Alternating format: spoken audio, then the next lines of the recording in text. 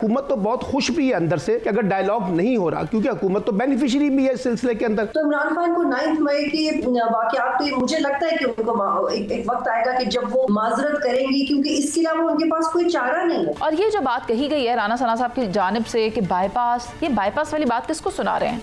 देखिए, पहली बात तो यह है कि पाकिस्तान की बदकिस्मती है कि हमारी कौमी सियासत डायलॉग और डेडलॉक में फंस के रह गई है। बानी पीटीआई ये कहते हैं कि जनाब मैं डायलॉग करूंगा तो इस्टेब्लिशमेंट के साथ करूंगा, हुकूमत के साथ डायलॉग नहीं हो सकते क्योंकि वो इस हुकूमत की लेजिटिमेसी को भी कबूल नहीं करते। और दूसरा उनका मौक़िफ़ यह है कि हुकूमत के पास डायलॉग के लिए कुछ भी नहीं है देने के लिए। दूसरी तरफ अगर हुकूमत को देखें तो हुकूमत अगरचे डायलॉग की बात तो करती है, लेकिन जो साजगार माहौल पैदा करना चाहिए था वो साजगार माहौल तो पैदा नहीं हो रहा। अभी भी पीटीआई के ख़िलाफ़ जो सख्तियाँ हैं वो उसी तरह से बदस्तूर कायम है और इसी तरीके से अरकान असम्बली की नाहिलियाँ भी इसमें शामिल हैं। 10-10 बरस और 5-5 बरस की सज़ाएँ हैं। तो इस वजह से हमारे यहाँ जो डायलॉग की सियासत या मफाहमत की सियासत आगे बढ़नी चाहिए थी, बदकिस्मती से ये आगे नहीं बढ़ पा रही। और दूसरी बात यह कि हुकूमत तो बहुत खुश भी है अंदर से कि अगर डायलॉग नहीं हो रहा, क्योंकि हुकूमत तो बेनिफिशियरी भी है इस सिलसिले के अंदर, क्योंकि अगर डायलॉग होगा तो उससे कुछ चीज़ें रेजोल्यूशन की तरफ जाएंगी जो शायद हुकूमत के लिए इतनी अच्छी ना हो और वो बानी पीटीआई के लिए कोई रास्ता निकाल सकती हो। और बानी पीटीआई के अंदर भी अगर आप देखें तो उनकी पार्टी के अंदर तकसीम है। एक ग्रुप कहता है कि जनाब हमें हुकूमत के साथ डायलॉग करना चाहिए, एक ग्रुप कहता है कि हमें एस्टैब्लिशमेंट के साथ डायलॉग करना चाहिए। अब ये जो इशारा किया है कि बाईपास ना होने देंगे, तो इसका मतलब है अगर पसे पर्दा जो बातें चल रही हैं, यानी बानी पीटीआई के दरमियान, पीटीआई के दरमियान और एस्टैब्लिशमेंट के दरमियान, उस पर पीएमएलएन को और इत्तेहादी जमातों को यकीनी तौर पर एतराज़ होगा कि आप हमें बाईपास करके बराह रास्त उनके साथ बातचीत क्यों कर रहे हैं। तो इसलिए इशारा उन्होंने ये किया है कि अगर हमसे हटकर कोई बातचीत होगी तो वो भी हमें कबूल नहीं होगी, यानी रास्ता जो है वो हुकूमत के जरिए जाना चाहिए उनके बकौल। और मैं ये समझता हूँ कि पाकिस्तान इस वक्त जिस किस्म के सियासी, माशी और सिक्योरिटी मसाइल में घिरा हुआ है, यहाँ डायलॉग बहुत ज़रूरी था। लेकिन ये बदकिस्मती है कि इस वक्त बदएतमादी का माहौल इतना ज़्यादा है कि हम एक दूसरे पर एतमाद करने के लिए तैयार नहीं है और डायलॉग करना नहीं चाहते। और डायलॉग की जगह पॉलिटिकल स्कोरिंग जो है वो एक दूसरे के बारे में करके हम ज़्यादा चीज़ों को करने की कोशिश कर रहे हैं। पॉइंट स्कोरिंग ही देखी जा रही है। लेकिन जहाँ तक राना सना साहब की बात है वो तो यही कहना चाहते हैं ना कि सबको फिर एक पेज पर होना चाहिए। अगर मीसाक इस्तेहकाम में पाकिस्तान की बात कर रहे हैं तो सायरा बानो साहिबा, क्योंकि खुद एक सियासी रहनुमा है, सायरा जी मुझे ये बताएं क्या वजह है या वो कौन सी ऐसी बात है जो बानी तहरीक इंसाफ को रोकती है कि आप डायलॉग ना करें या आप हुकूमत के साथ डायलॉग में हिस्सा नहीं ले रहे, तो क्या वो रीजन हो सकते हैं? अस्सलाम वालेकुम मुनीज़े, अभी मैं ये गुफ्तगू सुन रही थी, उन्होंने कहा बाईपास नहीं होने देंगे। आजकल तो बाईपास होता भी नहीं, और भी बड़े बड़े तरीके आ गए हैं जिसमें आपको बाईपास की जरूरत ही नहीं पड़ती। आपने इलेक्शन से पहले देखा होगा लेवल प्लेइंग फील्ड मांगने की कोशिश की थी कि हमें मतलब ये जो फील्ड है वो लेवल करके दी जाए, तराजू के पलड़े बराबर के बजाय एक तरफ इतना झुका दिया गया। मैं मतलब आपने मुझे कहा कि मतलब आपने मुझे सियासतदान कहा, शुक्रिया। तो मैं सोच रही हूँ कि इनसे कैसे डायलॉग होंगे, आप मुझे बताएं ना। मतलब जिस तरीके से इन्होंने हुकूमत ली, क्या ये बैठ के वो डायलॉग करेंगे तो क्या नवाज शरीफ अपनी जो सो कॉल जीती हुई सीट है वो वापस यास्मीन राशिद साहिबा को वापस करेंगे? या जिस तरीके से गवर्नमेंट बनी है तो वो सही तो कहते हैं कि इनके पास देने के लिए क्या है, जो हर चीज़ का क्रेडिट, जो 16 महीने में 12 करोड़ पुल का, वो ग्रीन इनिशिएटिव पाकिस्तान हो, SIFC सारे क्रेडिट चीफ साहब के। तो इस गवर्नमेंट ने क्या किया है? ये तो मतलब अब फिर वही घिसी पिटी बात हो जाएगी कि अपनी मर्जी से सांस भी नहीं ले सकते, अपनी मर्जी से तो ये वजीर दाखिला भी ना लगा सके, वजीर खजाना भी ना लगा सके। एक वो कहते हैं कि ख्वाजा आसिफ का भी जिस बात पे मसला था कि इनसे जो सेक्रेटरीज इतने पावरफुल हो गए कि उनको ना हिला सके, तो ये किस तरीके से बात करेंगे कि बैठ के इनके पास देने के लिए है क्या? क्या वो तमाम केसेस जो बानिए पीटीआई पर है, क्या वो सियासी, वो तो जाहिर है आपको हमें पता है कि सियासी हैं, तो ये बातचीत से क्या वो रिहा हो जाएंगे? और बातचीत क्या होगी कि वही होगी जो आपको और हमें बताया जाता है कि 2-3 साल खामोश हो जाएं या 1 साल खामोश हो जाएं, अर्ली इलेक्शन करवा दें। खुदा के वास्ते मतलब ये बातें अब सुन सुन के कान पक गए हैं। मैं अपनी बात करूं कि अगर उस मिसाके जमहूरियत में हमारी पार्टी भी बैठती है तो जो सीटें धौंस धांधली से हमसे सिंध में छीनी गई हैं, क्या वो वापस करेंगे हमें?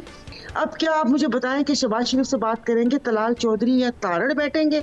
बात करने के लिए बैठेगा कौन? एग्जैक्टली। हमारे साथ ना सायरा जी बतूल राजपूत मौजूद हैं, सीनियर सहाफ़ी हैं, तज्जियाकार भी हैं। उनकी एक्सपर्टीज पर क्या है उनसे जान लेते हैं। आप भी जानती हैं कि राना सना साहब ने कहा है कि डायलॉग होना चाहिए और बात यहाँ तक आती ना अगर माफ़ी मांग ली जाती, तो आपको क्या लगता है कि क्या बानी तहरीक इंसाफ मौजूदा हुकूमत से बात करना चाहते हैं, अपने मसाइल का हल चाहते हैं, अपने एजेंडास को पूरा करवाना चाहते हैं, और क्या ये हो सकता है? देखिए, जो मुज़ाकरात है वो तो जंगों में भी होते हैं, मुज़ाकरात होने चाहिए, लेकिन ये नहीं हो सकता कि आप किसी स्टेज के ऊपर बैठ के ये कहें कि आपको सिर्फ फौज से ही बात करनी है या आपको सिर्फ फला पर्टिकुलर पार्टी से ही बात करनी है। मुज़ाकरात एक ऐसा प्लेटफॉर्म होता है जहाँ पे आपको बहुत ज़्यादा फ्लेक्सिबिलिटी दिखाने की ज़रूरत है।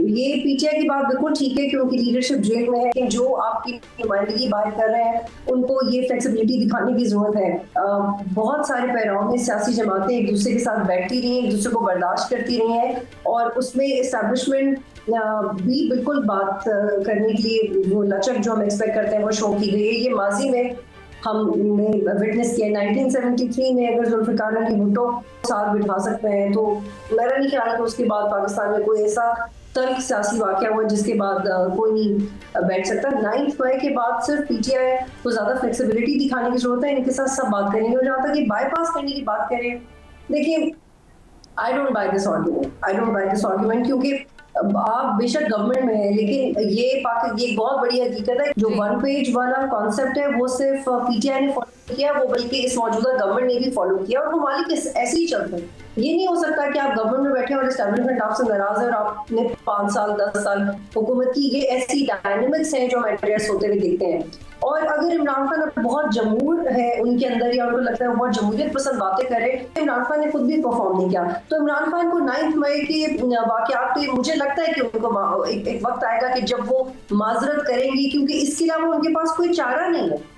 आप दुनिया में रिलेशंस की किताबें उठा के देख लें, ये एक फैक्ट है। चाहे किसी को अच्छा लगे बुरा लगे, कोई भी मुल्क अपनी फौज पे कॉम्प्रोमाइज नहीं करता, वो अपनी फौज पे कॉम्प्रोमाइज नहीं। फौज पर तो कॉम्प्रोमाइज किया जा भी नहीं सकता, और इसकी मिसाल हमें माजी में बहुत सारी हुकूमतों की जानिब से भी मिलती है कि जिस मुल्क की फ़ौज मजबूत है वही मुल्क होता है जो आखिर में प्रिवेल करता है। और एक इसराइली वज़ीर आज़म की तरफ से भी ये कहा गया था कि आखिर में तो लोग सिर्फ फातिह को ही याद रखते हैं, तो फिर बात तो वही होगी। लेकिन सवाल ये पैदा होता है, जो बतूल आपकी बात से मुझे थोड़ी कन्फ्यूजन हो गई, जैसा कि आपने कहा कि मुआफ़ी मांग ली जानी चाहिए थी या मुआफ़ी मांग लेनी चाहिए थी, लेकिन मुआफ़ी मांगनी क्यों है?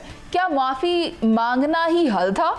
मुझे तो ये समझ नहीं आ रही कि आखिर बात मुआफ़ी तक पहुंची कैसे। और अगर कोई मुआफ़ी मांग लेगा तो फिर अगर उसके बाद आने वाले वक्तों में उसको दोबारा मौका दिया जाएगा तो फिर क्या उसकी वही इज्जत नफ्स बरकरार रहेगी? बतूल, माजरत के साथ मैं आपकी तरफ वापस आऊंगी, लेकिन शहजाद हुसैन भट्ट साहब को भी शामिल गुफ्तगू करना है। भट्ट साहब, आप मुझे बताएं, डायलॉग की बात हो रही है, लेकिन डेडलॉक किस तरह ख़त्म होगा? और दूसरी तरफ बाईपास की बात कर रहे हैं, ये बात कहाँ से आ गई अब सामने?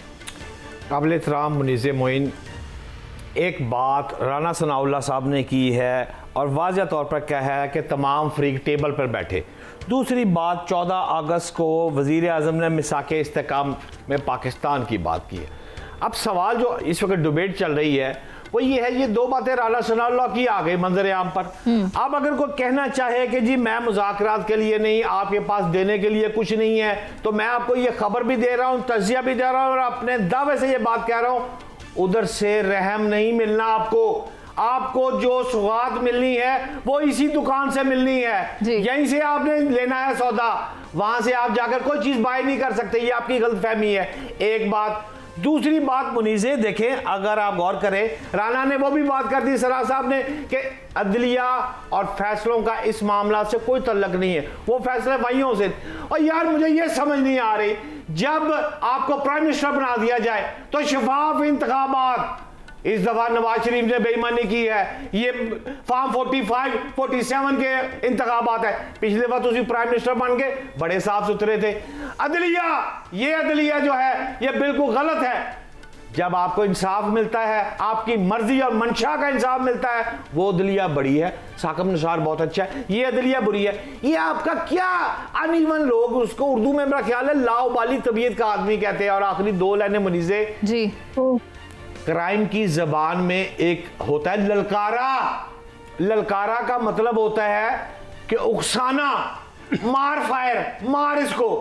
ये इस वक्त जो पीटीआई के अफराद है ना, ये जाकर इमरान खान को ललकारा मार रहे हैं, उकसा रहे हैं, उसको बदजन कर रहे हैं कि जनाब हर चीज ठीक है, आप डटे रहे, हम आपके साथ हैं, मेरी हुकूमत केपीके में, मैं वजीर आला केपीके कायम रहूं, मैं बैरिस्टर गौहर गाड़ी में फिरता रहूं, आप अंदर रहें, सब अच्छा है। आज यही तो मिसगाइड किया जा रहा है मुनीज़े, और कुछ नहीं। शिदात भट्ट साहब, मिसगाइड, सायरा जी एक सेकंड, मिसगाइड की बात कर रहे हैं, पहले गाइड तो हो लेने दें, अखबारात तो जा लेने दें, उन्हें देखने तो दें कि मुल्क में चल क्या रहा है। एक तरफ से वो रास्ता भी बंद किया हुआ है। सायरा जी क्या फरमा रही हैं? नहीं, वो कह रहे हैं कि वो गंडापुर कहते हैं कि मेरी वो हुकूमत चलती रहे, वो तो वैसे ही चल रही है, वो तो चाहते हैं कि वो अंदर रहे और उनकी हुकूमत चलती रहे। इनका वो थोड़ी है कि वो ललकारा कर रहे हैं।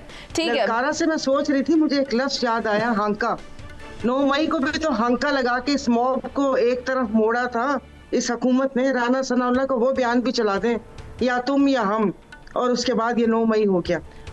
ठीक है सायरा जी, बतूल आप भी कुछ कहना चाह रही थी? देखिए, मुझे ये चीज समझ नहीं आती जब लोग ये कहते हैं कि आज तक किसी ने माफी नहीं मांगी तो इमरान खान नहीं मांगेंगे। आप कैसे कह सकते हैं कभी किसी ने माफी नहीं मांगी? जो बैकग्राउंड डिप्लोमेसी होती है, जो ड्राइंग रूम्स में मीटिंग होती है, जो इस्लामाबाद पिंडी में जाके लोग अकेले में मुलाकातें करते हैं, वो उसका मकसद एक अंडरस्टैंडिंग ही होता है, चाहे वो किसी सियासी जमात के मामला, किसी मुल्क के साथ आपकी डिप्लोमेसी बैकग्राउंड में बिल्कुल बातचीत की गुंजाइश है, लेकिन गवर्नमेंट को गवर्नमेंट की तरह बिहेव करना चाहिए। इस वक्त में सारा मलबा नहीं डालना चाहिए कि इमरान खान मुज़ाकरात को आगे बढ़ाएं। आप गवर्नमेंट है, अगर आपको लगता है कि आप बाईपास हो रहे हैं, आप ऐसी गवर्नमेंट बन के दिखाएं कि आपको कोई बाईपास ना करे। ठीक है बतूल राजपूत, आपने इसके ऊपर अपना लास्ट कमेंट दिया है। ठीक है, मैं यहाँ पे यही कहना चाहती हूँ कि माफी मांग ली जाए।